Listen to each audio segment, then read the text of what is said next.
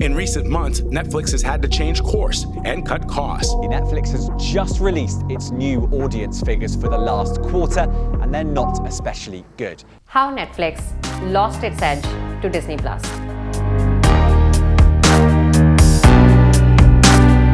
It's a very interesting video. Why? Because at certain stage of my BCG career, I actually interestingly worked with a leading telecom giant as well, not in India, interestingly, outside, which was planning to enter into the entertainment and OTT space. So I have already gotten a deep view of what OTT looks like.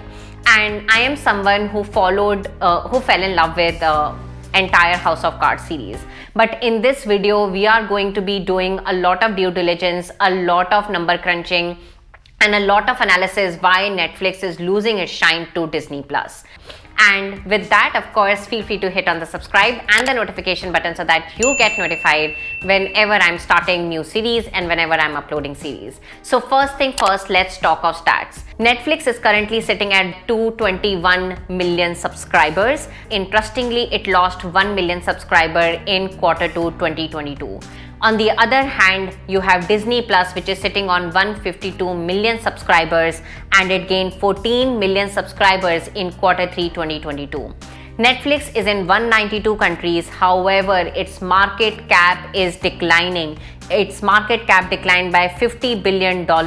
And on the other hand, when you talk of revenue in Q1 2022, its revenue just grew by 2.1% compared to 7.7% same quarter 2021.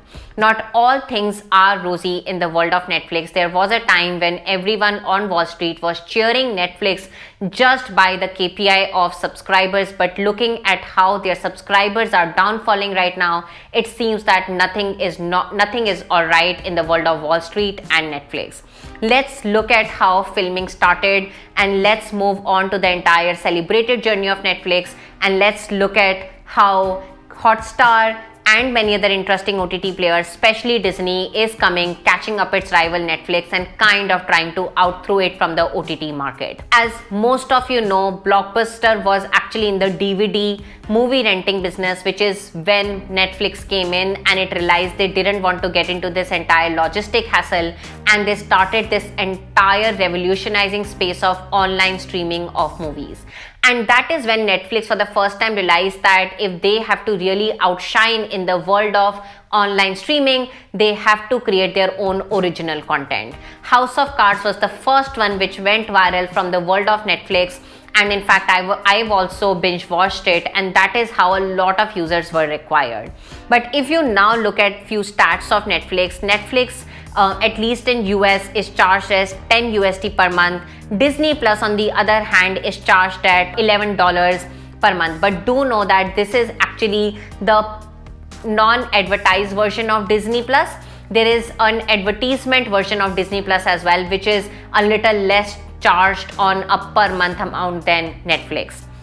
Netflix realized that Netflix wanted to outspend on original content such as House of Cards, and it realized that it has to actually eventually reach out to very interesting platforms such as Warner Brothers Friends. So they actually sourced a lot of good old content and a lot of old movies. They went to production houses, sourced them and put them on Netflix. And that is the reason why you would also find a lot of contemporary and a lot of old movies from the world of Hollywood, from the world of Bollywood to actually Netflix, which made a lot of sense to the world of production houses because they were anyway not making any additional penny on that old content.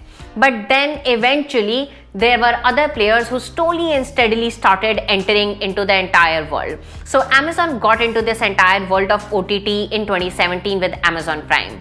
That is the time where Wall Street was really cheering Netflix with the lot of disruption they had done in the media companies. And that is when the main giant, which was Disney.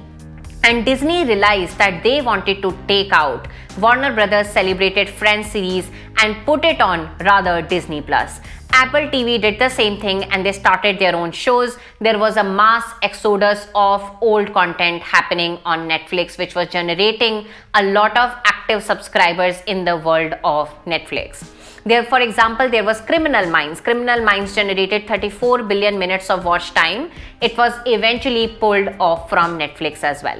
If you look at the other models, so for example, Amazon Prime is not just into movie streaming. They are actually giving quick delivery. So the user had new value proposition to sign up for Amazon Prime to get quick delivery and also get free access to OTT services. Similarly with Apple created an entire ecosystem for them. Watching an Apple TV show on an Apple laptop costs just less than 100 rupees till as of today. And if you talk of Disney Plus actually collaborated and bundled their entire product with theme park tickets, with Paramount Plus and whatnot.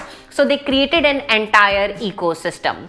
Today, Netflix, if you look at, they have 50% of their content is original content. Netflix realize what situation it is right now, and they are actually investing $17 billion on original contents. But it is also interestingly in parallel working on password sharing mechanism. Netflix, interestingly, this year announced that it had to let go of 300 of its employees, and at the same time they're exploring advertisement as a revenue stream. Nothing is glory in the world of Netflix, but if you look at Disney Plus, which is catching up and is the number 2 player in the world of OTT, Disney's streaming effort is still losing money, and it is reporting a loss of $1.1 billion for this quarter. Now, if you were to take a step back, what are the 3 things that you can learn as Disney Plus is just catching up with Netflix and Netflix seems to be losing its shine from Disney Plus?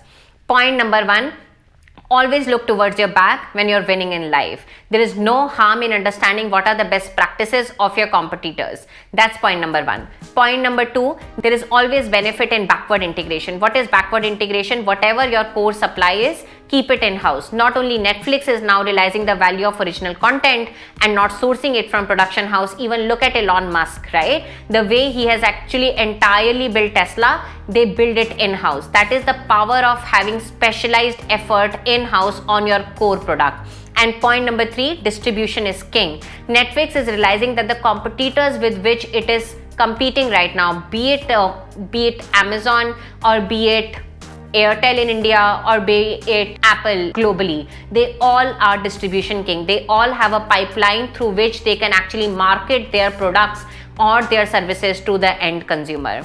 Finally, my personal note, I am bullish on Reed Hastings. I think the guy did phenomenally well by leaving Blockbuster behind. So I am bullish on him. I'm very sure Netflix entirely as a team will turn this situation around, but we still have to keep a watch. That's my time with all of you as I was on a chai break. If you like this series, give it a thumbs up so that I get motivated. I get to hear your feedback. If you would want to hear more of this, as I've of course worked in a lot of interesting industries myself as well. And of course, share it with your friends so that they get to know about all the cool things I am discussing now on my channel. And with that, take care. I'll see you very much soon. Ciao.